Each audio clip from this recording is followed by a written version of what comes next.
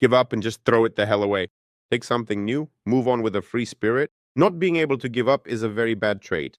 If anyone has ever thought about it, casinos actually count on the fact that people can't accept their losses. So, in general, we're winners, right? We want to win. We want to reach that point where we can say, we've succeeded, we've won. In other words, this achiever mentality. All of that. It plays a very tricky, cruel joke on us. For example, we start a new project, which is just kind of going along, or even worse, it's not going anywhere at all. And we're like, no, we're not going to give up. We'll run more ads. We'll find some kind of super specialist.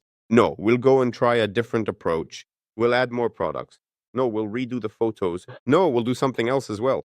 In short, we don't give up until we've tried every possible method, used up all our energy, burned out, and spent a ton of money, and most importantly, time, the most valuable thing we have. So when we don't give up, that's definitely a quality, and it's certainly great in business overall. But you should never apply it to individual projects or specific products. In other words, it really plays a cruel joke on us. We end up becoming slaves to our own product.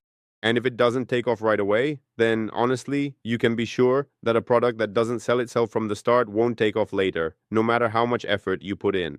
Out of the 15,000 products we sold, there were some that sold on their own. No matter how much we tried to boost them, it might have only increased sales by 5 or 10%, but it didn't make a significant difference. We also had products that simply didn't sell.